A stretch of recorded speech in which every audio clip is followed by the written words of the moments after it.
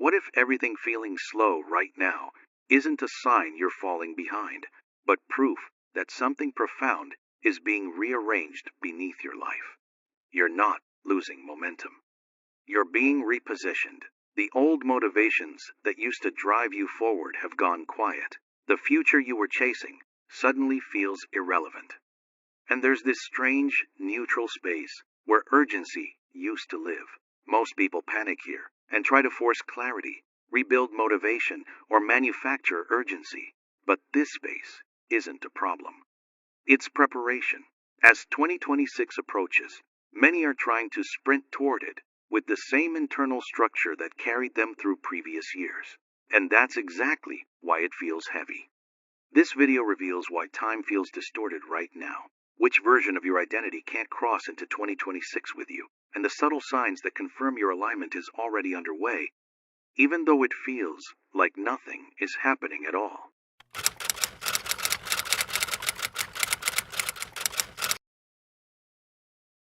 What if the reason nothing seems to be moving right now isn't because you're behind, but because something is being quietly rearranged beneath your life? Not in a dramatic way that you could easily explain to anyone, not in a way that shows up on social media or in your calendar, but in a way you can feel. A strange sense that pushing forward no longer works the way it used to, that old motivations don't ignite the same fire they once did. That the future you once chased with everything you had feels oddly irrelevant now, while something undefined feels closer than it's ever been. This doesn't feel like failure. And it doesn't feel like excitement either. It feels neutral, almost empty, as if the noise that once drove your decisions has gone completely silent. And you're left with a space you don't quite know how to interpret or explain. Most people rush to fill that space immediately. They assume something is wrong with them. They try to fix it, optimize it, force clarity where none is meant to exist yet. But this space isn't a problem requiring a solution. It's preparation. And preparation looks nothing like what we've been taught to expect. Right now, many people are trying to sprint toward 2026 with the same internal structure that carried them through previous years. Goals, urgency, pressure, constant self-correction. And that's exactly why it feels heavy, like carrying weight that doesn't belong to you anymore. The system you've been using to move forward no longer matches the reality you're about to enter. This is where time starts behaving strangely. Days feel slow, almost suspended, yet weeks disappear without you noticing. Plans feel fragile, like they're written in sand. Certainty feels unnecessary, and beneath all of it, there's a quiet sense that something is ending, even though nothing obvious has collapsed. No dramatic loss, no clear trigger. Just a subtle withdrawal of energy from a life you once thought you were building toward. That withdrawal isn't loss, it's intelligence. From a quantum perspective, reality reorganizes the observer before it reorganizes circumstances. The field doesn't wait for January 1st to begin a new cycle. It begins the exact moment the internal signal changes. And one of the first signs of that change is disengagement from identities that can't follow you forward. You're not losing ambition. You're shedding an outdated orientation toward life. Neuroscience mirrors this perfectly. When the brain detects that old prediction models are no longer useful for navigating reality, it reduces emotional investment in them. Motivation drops. Urgency fades. Not because you're lazy or unmotivated, but because the system is conserving energy for a recalibration. It's preparing to run a completely different program. This phase feels uncomfortable because it removes familiar tension, and tension, even when it's exhausting, feels safe to a nervous system that learned to survive through constant vigilance. Without it, the mind searches desperately for something to hold on to, a plan, a timeline, a guarantee, but none of those are available right now because they would anchor you to the past. And this is where most people interfere with their own preparation. They mistake this pause for stagnation. They try to recreate urgency artificially. They force decisions before clarity arrives. They cling to old versions of themselves just to feel productive again. But productivity is not the goal of this phase. Coherence is. Before we go deeper, I want to invite you into something real. If you're recognizing yourself in this experience, if you're feeling this strange space and didn't have words for it until now, hit that subscribe button and the bell icon next to it. This isn't just content, this is a frequency, and if something in you is resonating, you're already tuned in. Also, join our manifestation club on gogetter.au, where we explore these consciousness shifts together as a community. Read real stories from people moving through this exact transition.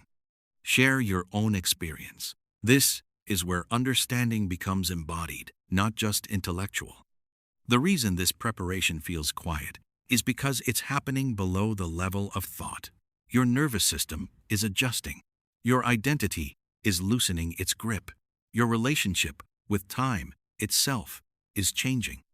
You're being moved out of survival-based momentum and into something far more precise.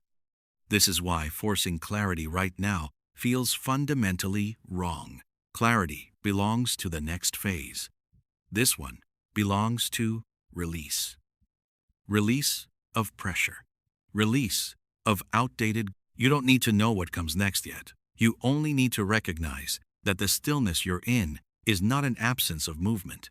It's the absence of resistance. And that distinction changes everything.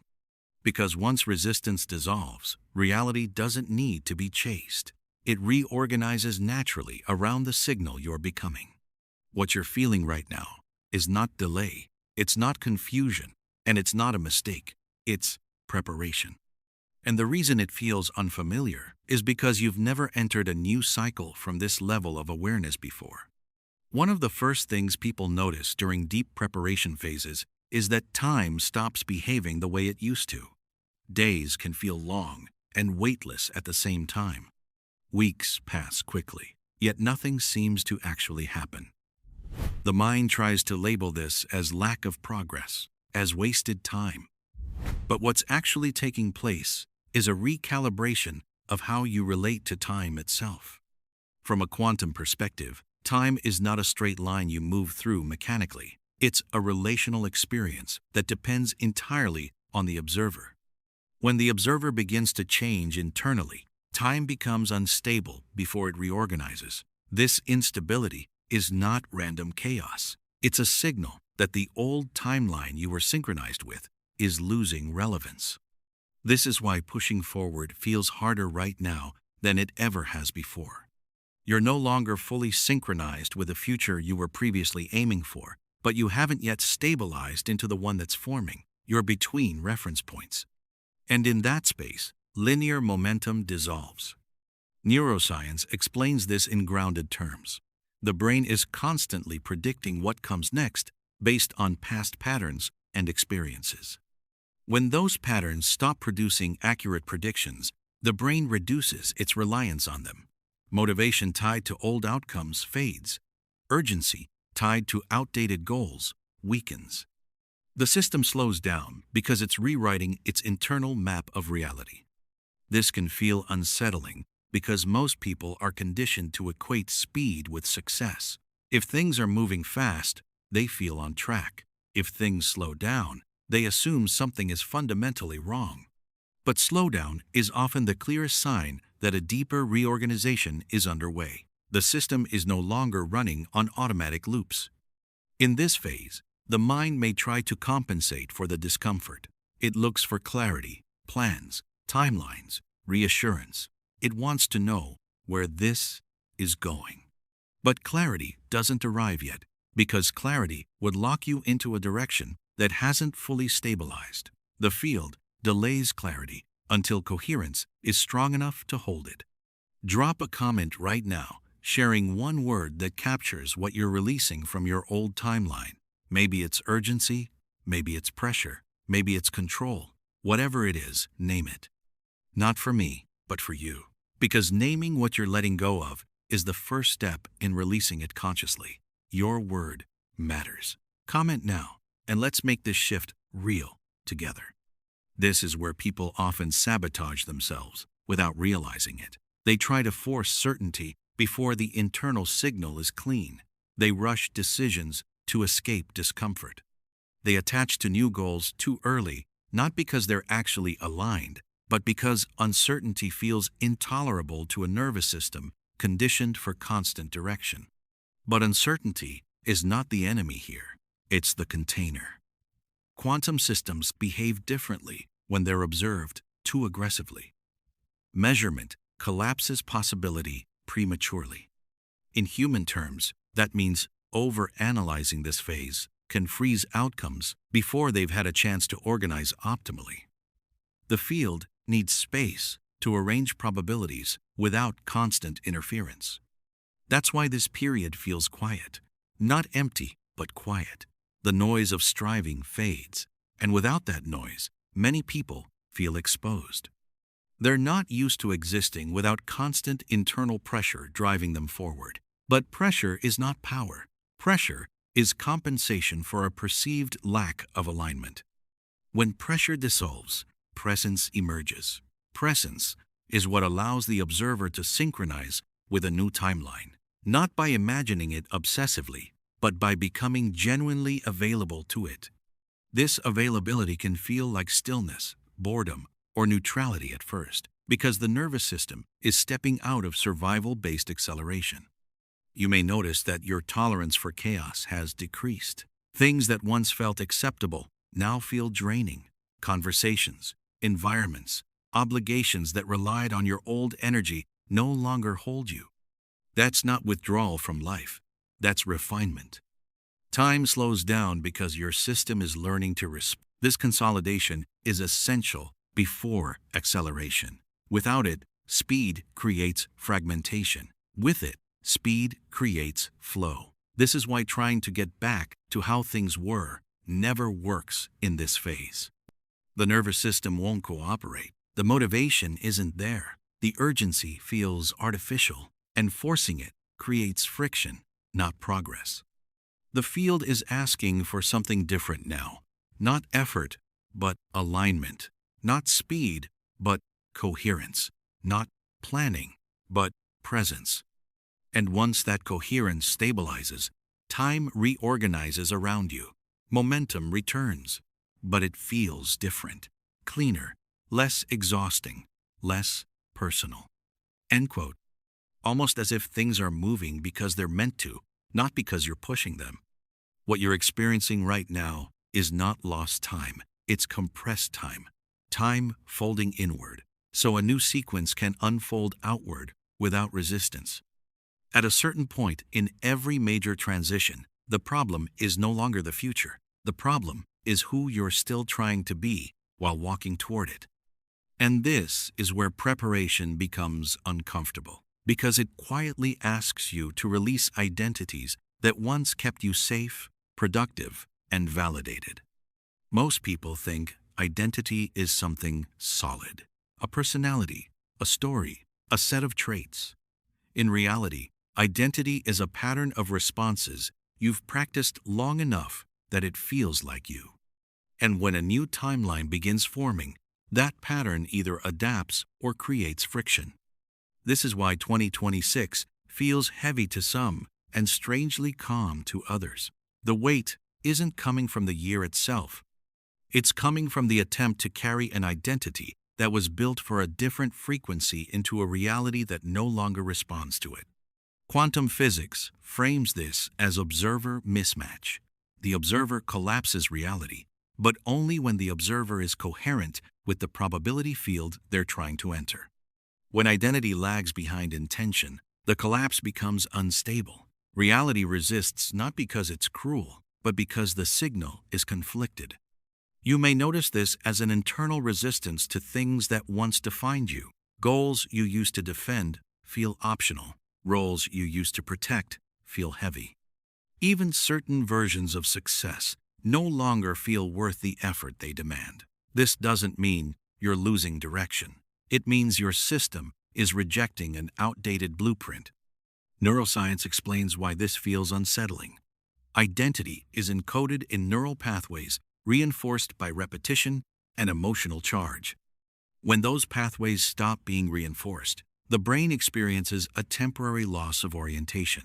It doesn't know which version of you to run yet, so it slows things down. That slowdown isn't punishment. It's precision. During this phase, the mind often tries to resurrect the old identity out of habit. It says, at least that version of me knew what it was doing. It romanticizes the struggle. It remembers the clarity that came from constant effort, even if that clarity was exhausting. But clarity built on pressure cannot survive in a timeline built on coherence. This is why forcing yourself to get back to who you were never works here. The nervous system resists. Motivation drops. Emotional energy leaks. It feels like pushing against an invisible wall. That wall isn't blocking you from the future. It's blocking the past from coming with you. Spiritually, this is the death of an identity without the drama of a crisis. No collapse, no explosion, just quiet disengagement. The ego doesn't shatter, it loosens. And loosening feels like loss before it feels like freedom. This is where many people panic and reattach to old narratives. They rush to label themselves again. They adopt new goals prematurely just to feel anchored. But anchoring too early locks you into a frequency that hasn't finished updating. The truth is, the identity that got you here did its job. It helped you survive, achieve, adapt, and grow. But it was designed for conditions that no longer exist. And asking it to lead you into 2026 would be like using an outdated operating system to run a new environment. Something will crash. This doesn't mean you become someone unrecognizable. It means the core remains while the compensations dissolve. The overgiving, the over-explaining, the constant self-monitoring. The need to prove progress. Those traits aren't personality, they're adaptations. Take a moment and comment below with one thing you truly want to bring into 2026 and why it matters to you. Be honest. Be vulnerable. This isn't just engagement. This is you speaking your intention into the quantum field through this community. I'm giving away 2 one-on-one free sessions to help you stabilize this transition. So drop your comment now. As these adaptations fade, something quieter takes their place. Decisions become simpler. Boundaries feel natural instead of defensive. You don't need to announce change for it to be real. You don't need to fight for alignment. You recognize it by how little resistance it creates. This is the identity that can cross into 2026 cleanly, not a louder version of you, a clearer one. And this is why preparation feels like subtraction instead of addition. You're not being asked to become more. You're being asked to stop carrying what can't move forward. The discomfort you feel is not confusion, it's separation. The old identity is loosening its grip, and the new one hasn't fully stabilized yet. You're between versions. And that in-between state is exactly where recalibration happens. One of the most misleading ideas about transformation is that it should feel dramatic, that alignment should come with excitement, clarity, and obvious confirmation. In reality, when you begin aligning with your best timeline, the changes are so subtle that they're easy to overlook, especially if you're expecting noise. The first real sign is not motivation. It's restraint. You notice that you no longer feel compelled to react to everything. Situations that once pulled emotional energy from you now register, but they don't hook you. You see them clearly, respond only when necessary, and move on without replaying them internally. This isn't detachment born from apathy. It's discernment. Another quiet signal is how your standards shift without conscious effort. You stop negotiating with yourself about things that drain you. You don't need long explanations or justifications.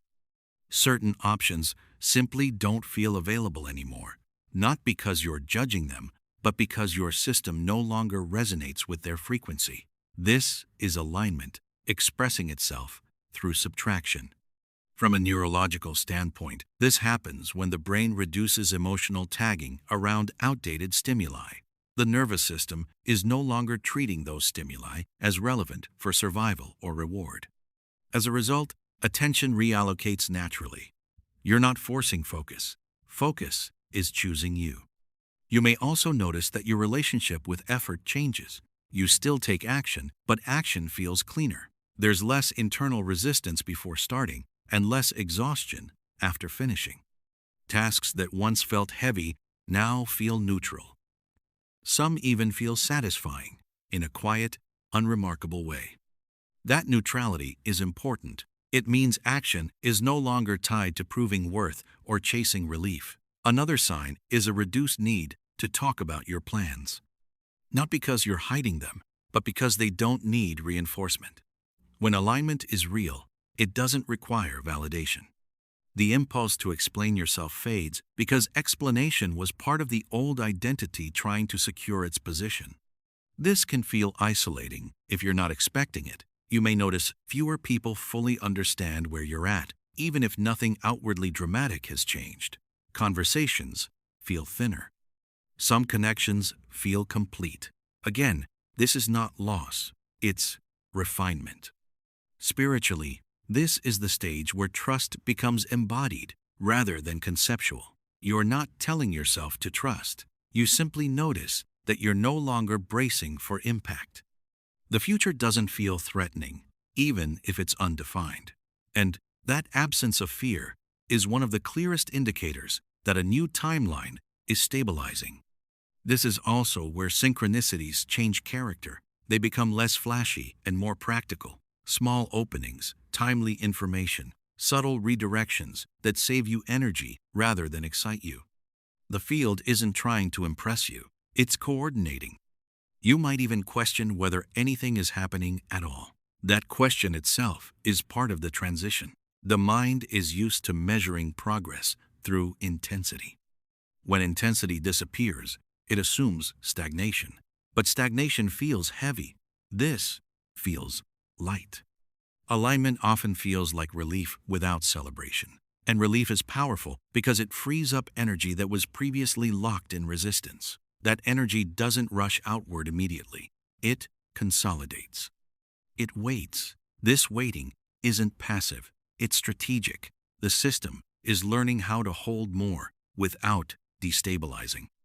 This is why forcing excitement right now feels wrong. You're not meant to amplify emotion. You're meant to stabilize presence. Presence is what allows the next phase to unfold cleanly. If you're experiencing any of this, reduced urgency, quieter confidence, selective engagement, fewer internal debates, these are not signs that you're losing momentum. They are signs that momentum is becoming internal instead of performative.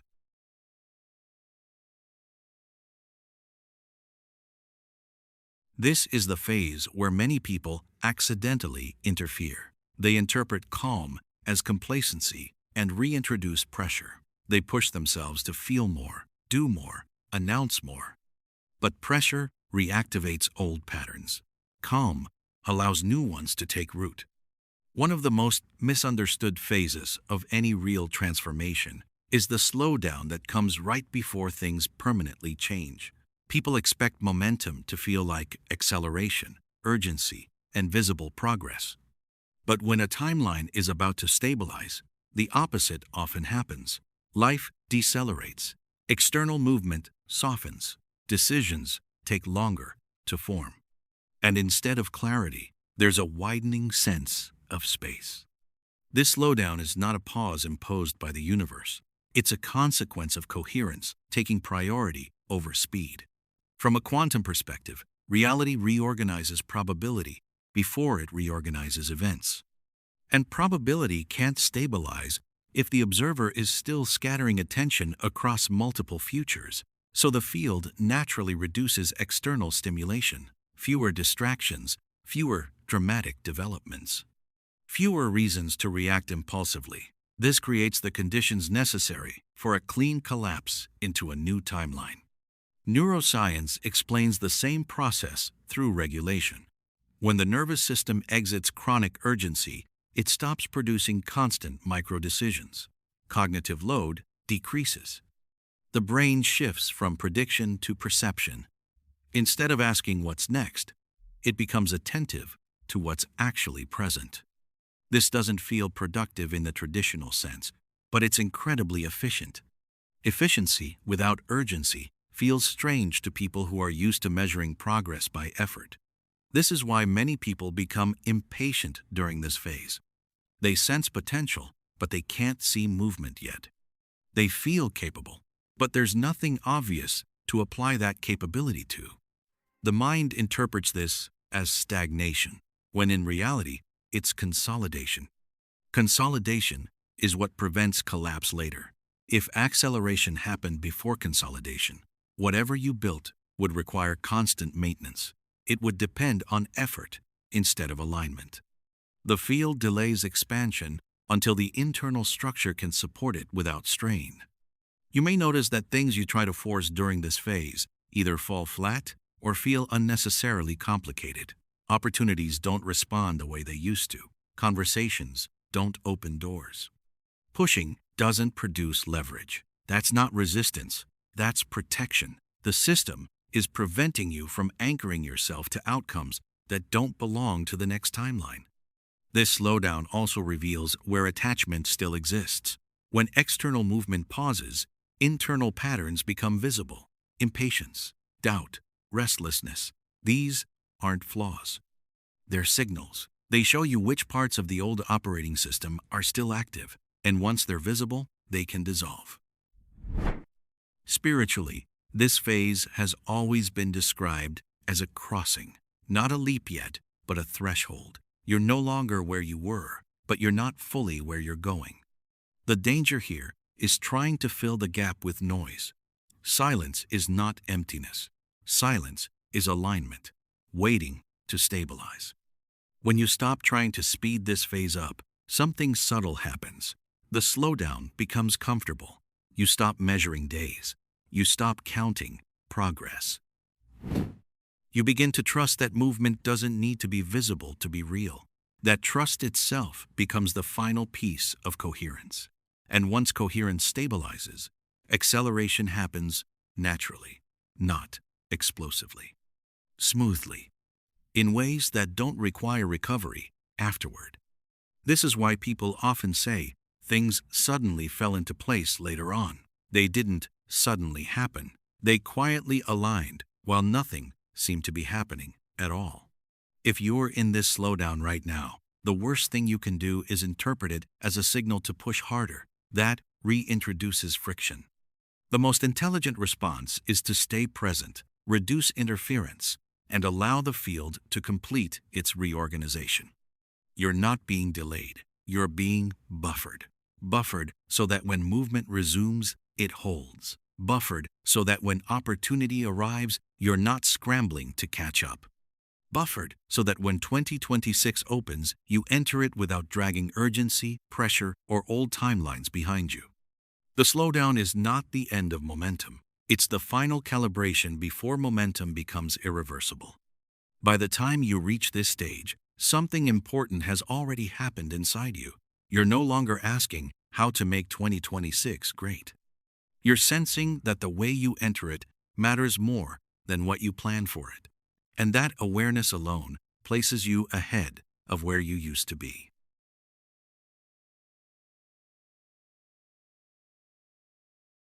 Most people cross into a new year carrying unresolved urgency. They bring unfinished pressure, half-formed identities, and emotional momentum from cycles that should have ended. They set intentions on top of tension, hoping discipline will overpower incoherence. And that's why even good years feel exhausting for them. What you've been experiencing is different. The preparation you're in isn't about adding habits, goals, or affirmations. It's about subtraction. About entering a new cycle without dragging internal noise forward, without forcing clarity before it's time, without demanding certainty from a system that's still reorganizing. From a quantum standpoint, forcing anything at this stage would collapse the wrong probability. When the observer interferes too early, the field responds with friction. When the observer remains coherent, the field responds with timing. Neuroscience supports this completely. When the nervous system is regulated, decision-making improves without conscious effort. You don't need to micromanage yourself. You don't need to push motivation. Action arises naturally from clarity instead of fear. That's what people mean when they say something felt right.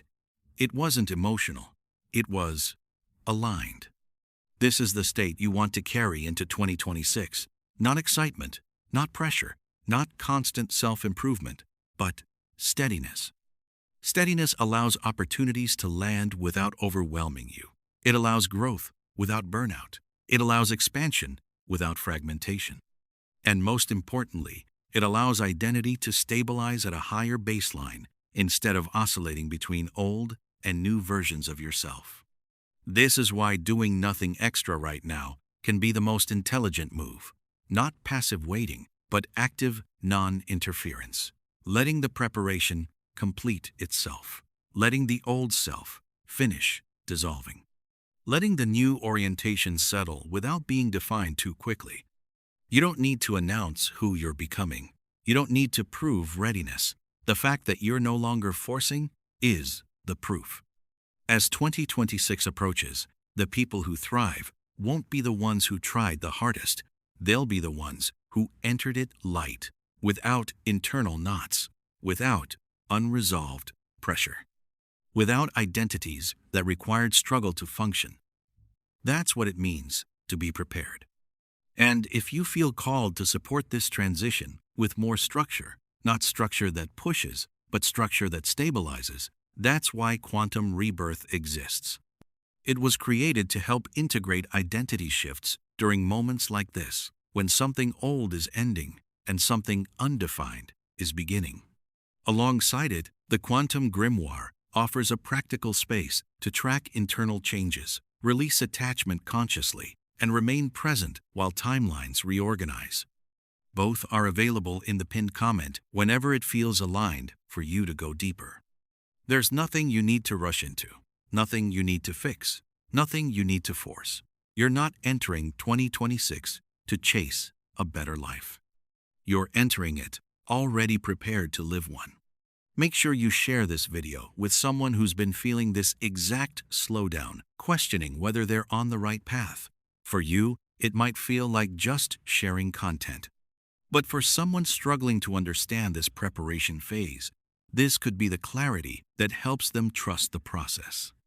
And remember, when you share understanding like this, you're not just helping others, you're reinforcing your own alignment. You're spreading the frequency of trust. Real transformation spreads through conscious community. Be that person. Pass this on if you're ready.